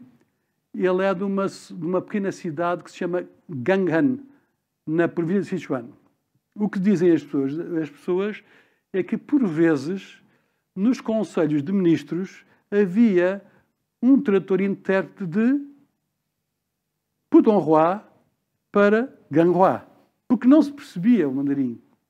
Era um mandarim pouco perceptível para as pessoas que falavam, por exemplo, Beijing Hua ou Tianjin Hua ou outras. Portanto, as variantes são muito diferentes. Quem conhece o dialeto, por exemplo, de Shandu Hua, há expressões muito, muito engraçadas e muito diferentes. E Tianjin, a primeira vez que eu fui em Tianjin, meti-me num táxi, mas espera, isto é um bocadinho diferente do Putonghua. Portanto, há uma grande variedade dialetal só no mandarim. E depois no cantonense, a gente vai a Toisan, vai a Shunda, já há variantes. A Shunda já há variantes bastante grandes. Exatamente. E, portanto, é um universo linguístico muito interessante, mas que, enfim, há uma política de unidade da língua que, às vezes, enfim, faz um bocadinho de pressão para que não se faça, digamos, a promoção da língua. A promoção no sistema educativo não se faz. Embora eu já estivesse em sítios remotos, como, por exemplo, na zona dos Akash, que é a Meizhou, os professores no campo só falam em Meizhou. O ensino é em Kajiahua, em AK, não há, porque eles não têm conhecimentos de mandarim para ensinar em mandarim a matemática, a geografia, etc. Não é? Portanto, ainda há cerca de 27% das pessoas na China que não falam Putonghua. Portanto, é uma situação muito complexa e, para além disso, o cantonense e o xanganense são aquilo que se chamam os fósseis linguísticos da língua chinesa. Tem as consoantes terminais P, T, K do cantonense, que não existe em mandarim, e há quem diga, e dizem, houve uma pessoa do governo da China que disse: eu estudo cantonense porque eu gosto da poesia da dinastia Tang. E ler em cantonense a poesia do Fu, do Li Bai, do Qiaoran, digamos, a rítmica, a rima, a rítmica é com o cantonense. O cantonense está muito próximo do chinês médio, não é? O mandarim tem 600 anos, 700 anos, começou na dinastia de Ming a desenvolver-se. E o cantonense é o chinês médio, a dinastia Tang, aliás. É o Cantão, a zona de Cantão. Exatamente. Portanto, é fascinante, é fascinante. E é uma riqueza da China, ao contrário. É uma riqueza. Foi feito pela República da China. Por outro lado, para ajudar a alfabetização de escrever. Portanto, fizeram a língua escrita simplificada. Portanto, é aquela do Putonghua é ser simplificada. E então, toda a gente fala Putonghua, que é o cimento. Em toda a China, toda a gente fala Putonghua. Quando não falam a língua da terra, falam em Putonghua, toda a gente entende. Eu acho inteiramente legítimo que haja uma língua oficial. Isso é inquestionável. Não, aliás, como ironicamente, por exemplo, na Índia, a língua oficial é o hindi. Mas toda a gente, a língua oficial é o inglês, não é o hindi. Porque o Gujarati não fala Gujarati com o Malayalam, com o Telugu, com o Ori, etc. Falam inglês entre si. Não vejo que haja muita gente a falar o hindi entre eles. Pode acontecer. Em termos oficiais é o hindi. Mas... Por isso é que é interessante. Ao menos a China impôs o mandarim como língua oficial e não como na Índia, que utiliza uma língua estrangeira como língua oficial para se comunicarem, não é? Colonial ainda por cima. Ainda já agora para completar uma coisa que alguém que perguntou. Não foi apenas o Soluçu que disse isto, mas há uma frase na Assembleia Legislativa muito interessante da Susana Shaw, que disse isto: eu não tenho preconceitos em relação ao português por ser uma língua colonial. Eu falo português e não é isso que me define se eu sou colonialista ou não sou colonialista. O português é uma língua importante. E o português é uma língua importante porque o 12º plano quinquenal e depois reforçado no 12º plano quinquenal, o governo da República Popular da China criou, acho que foi o artigo 57, criou um artigo para Hong Kong e para Macau. E para Macau disse claramente o que é que queria para Macau. Queria que fosse uma cidade de turismo e lazer, eufemisticamente é uma cidade de jogo, não é? Queria que houvesse uma diversificação da economia, que isto foi claramente dito que era o quê? É a integração na Grande Baía. Deixemos cá de tretas, é a Grande Baía, não é? Grande Baía. Nós temos que trabalhar, temos que criar rede de vias, ferrovias, etc. E depois, a ligação com os países de língua oficial portuguesa. A gente pergunta... Eu não quero ser pessimista, pergunta o que é que se fez até hoje para as línguas portuguesas. Eu organizei 9 colóquios para os países de língua portuguesa. E falei com as pessoas de Cabo Verde, da Guiné-Bissau, falei com as pessoas de São Tomé e Príncipe, de Timor-Leste, etc. Não, uma pessoa, por exemplo, veio de Cabo Verde e dizia-me assim, 2 pessoas brilhantes de Cabo Verde, 2 técnicas, biólogas, dizer assim, nós temos a necessidade de ter um centro de um laboratório para a qualidade da água, a qualidade do ar, etc. Fale com o representante aqui, porque a China tem um fundo de 2 milhões de US dólares para os países de língua portuguesa. Façam um projeto. Estudem com eles, que eles ajudam. Eu não sei se ajudaram ou não, mas quer dizer, a questão é isto. E a China está interessada. É evidente que a China, como qualquer país, é win-win. Eles ganham e nós também vamos ganhar. Não é aquela ideia obscurantista que os chineses andam a roubar o mundo. Os chineses não andam a roubar o mundo. Os chineses não levam um exército. Os chineses jogam o jogo leal do mercado internacional, da compra e venda, e quando vão comprar é porque alguém vende. E que alguém vende é dentro das leis dos países e das leis do comércio internacional.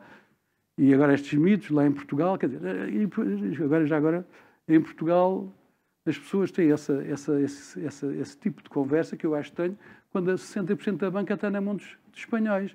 O azeite na mão dos espanhóis, o real estate de alta qualidade está na mão dos espanhóis e depois dizem que é os chineses que vêm cá tirar coisas. Quer dizer, é uma coisa perfeitamente estranha. Qual é a perspectiva de uma cidade em que a pessoa, quando nasce, já pode estar exposta a um bilingue até trilingue, não termos os melhores tradutores, provavelmente vêm da China continental. Não, é que tradutores portugueses. Isso é um bocado caricato. Pois, aliás, antes da nossa conversa, eu estava a falar que os portugueses tiveram, digamos, a rara oportunidade de termos uma escola de sinologia. Os franceses não tiveram em Hong Kong, e os chineses e os franceses têm um centro, uma coisa que se chama a Perspective Chinoise, que é um centro de estudos chineses que é pago pelo Ministério dos Negócios Estrangeiros francês em Hong Kong. E nós não tivemos isso porque os portugueses nunca se interessaram por ter aqui rigorosamente nada. Como dizíamos, os portugueses não tiveram cá 400 anos, tiveram 100 vezes 4 anos. E, portanto, olha, eu vou dar um outro exemplo muito simples, que foi o seguinte. Eu fui a pessoa, eu posso dizer isto à vontade, isto não é mérito nenhum, no Estatuto de Funcionários Públicos de Macau, o ITAPM, havia uma parte que depois foi retirada por um senhor Cheng Mo-si, secretário adjunto, que se foi embora, que era o Estatuto do Pessoal que está no exterior. E quando eu redigi aquela parte, fui a Hong Kong saber como é que eles faziam. Quer dizer, não vale a pena a gente andar a inventar coisas que estão feitas e bem feitas do outro lado. E o que eles faziam era o seguinte. Eles recrutavam quadros expatriados por um contrato de 7 anos. Mas os primeiros 6 meses já pagos estavam em Inglaterra a estudar cantonense, a língua e a cultura. E eu disse, isto é o melhor modelo que nós temos para Macau. Então, paga-se, o governo de Macau não tem problemas de pagar durante 6 meses as pessoas que estarem lá. Eles acharam que era uma chinesice, pois era para a China, não é? Portanto, mas eles não, por isso simplesmente rejeitaram liminarmente, e mais grave ainda, em 1990 acabaram com o recrutamento ao exterior. Portanto, há coisas incompreensíveis. Portanto, a razão porque é que nós não temos é porque realmente a língua oficial chinesa foi oficializada ao fim de 446 anos de estarmos aqui. A razão é muito simples, não há outra. E nós temos, a minha tese de doutoramento é precisamente sobre isso. Eu li tudo o que havia para ser lido em relação aos documentos sobre a língua. Há textos do princípio do século que diziam o que é ensinar chinês. Os chineses é que têm que aprender português para serem embebidos dos altos valores da pátria lusa. Os portugueses não precisavam de aprender chinês. Quer dizer, o macaense tem, digamos, o privilégio de ser bilingue, naturalmente bilingue. Porque é o vizinho que fala chinês, é a rua que fala chinês, e nasceu cá. Portanto, um ambiente ecológico é bilingue. Mas isso é um privilégio. Agora, uma pessoa que vem para cá, ninguém quando chega cá é incentivado a estudar cantonense. Ninguém foi incentivado a estudar cantonense. Quem estuda é porque quer estudar. Com todos os esforços que eu fiz e outros colegas, para que eu fosse obrigatório, não era obrigatório. Era facultativo. Quem quisesse estudava, quem não quisesse não estudava. Eu vou ser mau outra vez. O Rui diz, o macaense é naturalmente bilingue. Isso não é verdadeiro. Não é verdadeiro. Porque o macaense fala português, fala chinês, mas é analfabeto em chinês. Porque eles não escrevem chinês. A maior parte. O que eu digo. A maior parte. Exato. É um chinês coloquial. E isto não se pode, em termos de bilinguismo, pode. Não pode funcionar. Pode, pode. Não pode. O conceito de bilingue digamos, há vários matizes. Matizes, mas ao ponto de... Aliás, não é bilingue, é trilingue. O inglês. E sabe o que é trilingue? Porque o Hong Kong e Shanghai Bank, se não fossem os macaenses, o Hong Kong e Shanghai Bank, porventura, não tinha emergido. Porque eles vieram recrutar pessoas de Macau que falavam inglês e chinês para Eu acho que quando nós falamos em língua, e talvez seja essa o mal que existe hoje em dia em termos de tradução, mesmo na administração, é precisamente porque as pessoas que fazem uma língua, por exemplo, agora sucede ao contrário, são as pessoas que estão a estudar o português, portanto, são os chineses de língua materna chinesa que estão a estudar o português. E que depois vão fazer as tais traduções que saem tudo errado. Porquê? Porque os cursos não funcionam. Isso é outra coisa. É outra coisa, mas isto chama-se bilinguismo. Não, mas não. Não sei. Eu penso. Para mim isso é um bocado difícil porque a minha cara é chinesa. Mas a minha língua, apesar da minha mãe nunca ter falado português, a minha língua materna, está a ver, é o português. Pronto. E eu estudei chinês em adulto. E não me considero bilingue precisamente porque... Eu posso lhe assegurar que é bilingue. Não sou. Eu não sou. Não sei qual é o seu critério, mas eu não sou. Não lhe posso passar um certificado de bilingue, mas que é bilingue. Está a ver? Eu nem sequer o aceito. Há várias... Não. Eu sei. Há aí uma... É uma coisa muito... Não engulo. Eu percebo perfeitamente. Pois. Trabalho com pessoas macaenses e isso acontece. Elas falam, mas depois têm muita dificuldade em ler. Não é preciso. Shiva, é a mesma coisa que dizer que um português que é analfabeto não é português porque fala português sem conseguir ler e escrever. É a mesma coisa. Eu tenho uns primos muito idosos que foram para a Inglaterra e eles falam perfeitamente inglês. Agora têm 80 e tal anos, são aqueles meus primos velhinhos. Falam perfeitamente inglês, sobreviveram à Inglaterra perfeitamente bem, falam com uma pronúncia, pronto, não é perfeita, não escrevem, mas eles são bilíngues porque conseguem sobreviver e viver naquele sítio sem qualquer problema. Portanto, o que o Shiva está a dizer é verdade. Eles não são... Esse não há biliterate. Em inglês existe o biliterate, em português não existe. Portanto, não são biliterados porque não escrevem. Mas... Obviamente, o que está a dizer é verdade. Que depois as pessoas têm dificuldade na tradução. Têm dificuldade na tradução porque não dominam a escrita. Mas isso não implica que não sejam bilíngues. Não é? Seriam biliterados se escrevessem e lessem os dois sistemas de escrita. Não, a minha grande dúvida é uma dúvida de substância. Isto é, porque eu acho que a língua portuguesa e a língua chinesa são tão diferentes, e tão diferentes, que eu levo muitas vezes à minha localização cerebral. Isto é, quando nós vemos que a língua chinesa é uma língua muito gráfica e que, portanto, e as crianças desenvolvem o gráfico e o cérebro gráfico desde o início, eu acho que o meu cérebro gráfico não está desenvolvido. E, portanto, como ele não está desenvolvido, eu acho que as coisas não andam, não circulam bem aqui, portanto, não posso ter um certificado de bilinguismo. Posso dar aqui uma opinião, posso dar uma sugestão. A tradução simultânea, por exemplo, eu estive no Centro de Interpretação de Conferências na União Europeia. E a interpretação de conferências é uma interpretação oral. Eu admito que as pessoas escrever que traduzem. Mas aquilo é oral. E eles têm competências linguísticas suficientes em termos semânticos, em termos do universo vocabulário para traduzir. Não tenho precisado de escrita nenhuma. E eu tenho...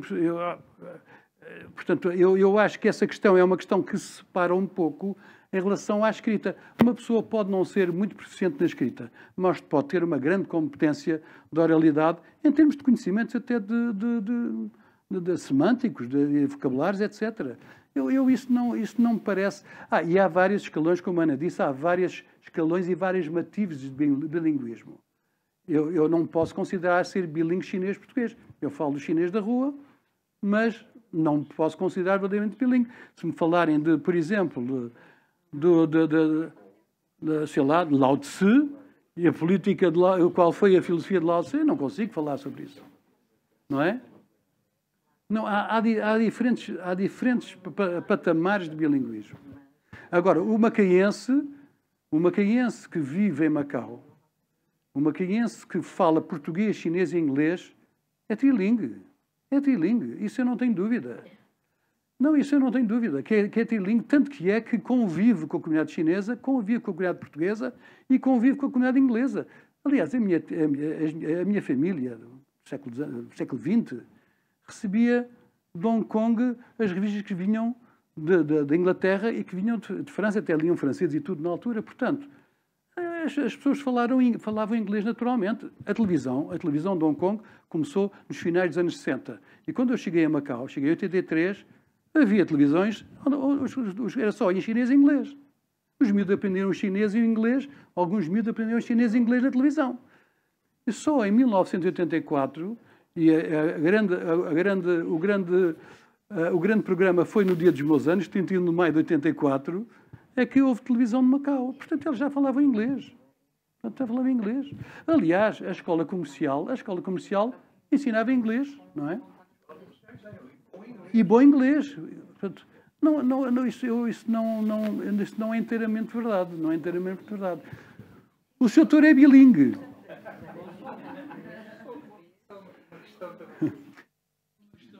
Esta é uma peripécia também curiosa, mas em relação ao chinês que eu não domino. Mas que fui com uma professora visitar um museu e ela alertou que o caractere de um determinado imperador estava incorreto. Ele disse, a leitura está certa, o caractere é que não é aquele. E, portanto, isto não faz sentido porque o caractere simboliza... É um símbolo e, portanto, isto não é aquele imperador. E a própria simplificação da escrita chinesa também veio trazer essa questão.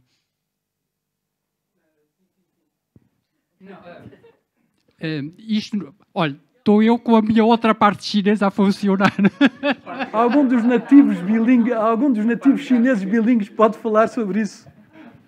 Não, é porque quando se dá a simplificação do chinês, portanto, o chinês clássico para o chinês simplificado, há alterações que, do ponto de vista não é o gráfico, é do ponto de vista dos elementos e dos radicais que desaparecem e que não é que seja o significado, isto é, como aquilo é simbólico, como é simbólico, o simbolismo também tem a ver um bocado com a origem da palavra. E a origem perde-se muito. Por exemplo, sei lá, quando no mandarim, e as pessoas que estão aqui que são chinesas sabem disso, men,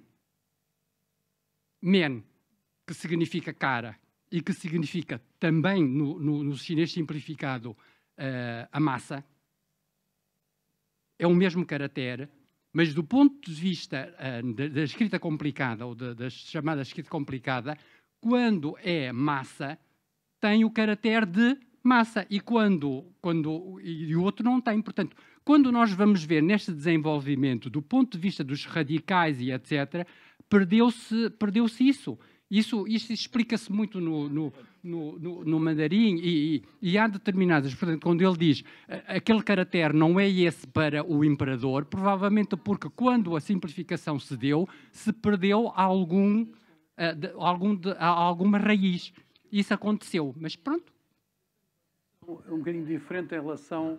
Já agora, um pouco na linha que disse aqui o doutor.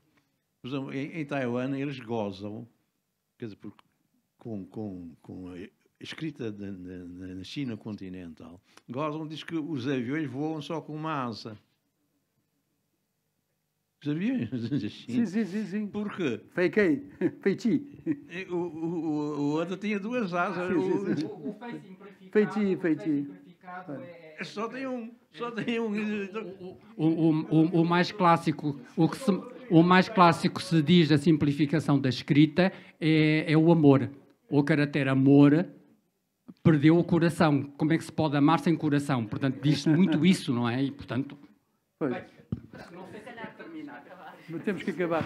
Eu ia só fazer uma observação final, que é o seguinte. Eu já fui mais fundamentalista em relação às alterações ortográficas do que sou hoje. E porque eu recordo-me, por exemplo, que no século XIX os turcos escreviam com o alfabeto árabe e depois mudaram do diapode para o alfabeto latino. Não é? O Ataturk. Depois também na Ásia Central tinham o cirílico e foram para o alfabeto latino. A Mongólia, a República da Mongólia, também usava esse cirílico, passou agora a ter, muito recentemente, a ter mesmo o alfabeto. Desde o momento que seja entendível por uma determinada população, e depois isto é geracional, aliás, todas estas questões são geracionais, é a história do sistema ortográfico de 1990. Ai, meu Deus, isso aqui. Não, os nossos alunos já estão a aprender com o sistema e daqui a 20 anos a minha mãe escrevia com o sistema ortográfico de 1912 e eu escrevia de 1945 e a gente falava português da mesma forma. Essa para mim não me... Claro que é evidente que para a caligrafia o chinês clássico é muito mais estético. Mas eu aí não vou muito por aí, porque a China já vive e convive, escreve, os clássicos são revertidos para o simplificado e, portanto, as pessoas vivem e convivem e escrevem dessa maneira e entendem, que é o mais importante. Agora, exatamente, entendem. Pois, isso é sempre muito... tem que ser funcional. Pois, pronto. Sim, senhora, mais alguma pergunta? Mais alguma pergunta? Sim. Tenho uma pergunta sobre a passagem linguística. Na passagem linguística de Macau, existem muitos erros do uso português. Sim. E, na sua opinião, quais são as razões da existência dos erros? As razões são muito simples. Isto é muito simples. Não há política linguística em Macau. Ou seja, para haver política linguística era preciso haver no Conselho de Educação uma área específica do Conselho de Educação que se debruçasse sobre isso e aconselhasse o Governo a dizer agora vai publicar aquele decreto que obriga a fazer isto. E depois não é só publicar, é fiscalizar. Ora, ninguém fiscaliza. Mesmo no tempo em que existiam, em que era, por exemplo, eu não trouxe para aqui, mas eu tenho 2 ou 3 cardápios, 2 ou 3 menus de restaurantes que são deliciosos em chinês e em português. São deliciosos. Porque esses cumpriram a lei, que era ter em português e em chinês e em inglês, mas ninguém percebe. Portanto, mesmo existindo a possibilidade, ou digamos a obrigatoriedade de ser em português, isso não chega. Porque há ali alguns dísticos que são de serviços públicos, não é do setor privado. Do setor privado ainda pode haver alguma flexibilidade, mas o serviço público não pode dizer uma escada para subir e descer. As escadas são sempre para subir e descer, não é? Portanto, a questão é, o Governo tem que fiscalizar, e não é só o português, é o português, o inglês e o chinês, que há erros também em chinês. E isso é um problema que é um problema político, de política linguística. É política, mas de política linguística.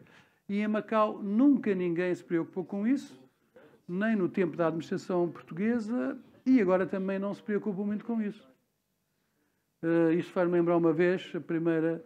os negócios, digamos, as preocupações são outras, não são propriamente linguísticas. Mas é pena, não é? Essa é muito simples. Não há política linguística, não há interesse em manter uma política linguística, digamos, saudável, não é? Esse é o problema. Mais alguma pergunta? Đúng mình à? Hãy sẽ cùng chúng mà mong thấy. Khỏi job não vá, caí. Não, se quiserem algumas perguntas, os alunos também têm que fazer perguntas boas. E, sobretudo, embaraçosas para a pessoa que está a falar. Que é um... Moisés.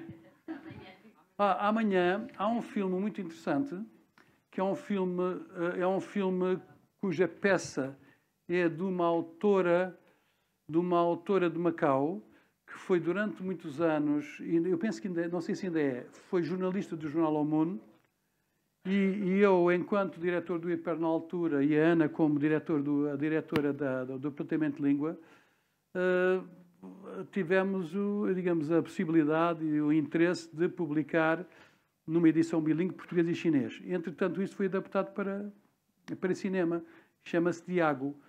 Nós amanhã vamos trazer, digamos, a nossa nota introdutória, que está aqui. Eu vou tirar fotocópias, ponho aí depois para as pessoas lerem a nota introdutória. A autora estará cá, eu também estarei cá. A Ana tem aulas à noite na Universidade, no IPM. E, portanto, vamos falar um pouco sobre este excelente livro, um interessante livro, um bocadinho polémico e tal, mas é interessante, que é da senhora Liu Qiheng, que foi, não sei se ainda é, jornalista do jornal O Mundo. Ok? Ela trabalha no jornal O Mundo. Ainda trabalha no jornal O Mundo, porque não. Isto já foi há uns anos, isto foi em 2010. Portanto, já lá vão 10 anos, precisamente. O que significa que eu estou mais velho, 10 anos. O livro é muito interessante. Tem o nome de As Alucinações de Ougi, e em chinês é mesmo Ouge. Só que eu não sei porque que o filme mudou o nome para Diago, não percebo. Amanhã a gente vai perguntar se ela sabe a razão porquê. Pois. No próprio filme, o protagonista chama-se mesmo Ouge.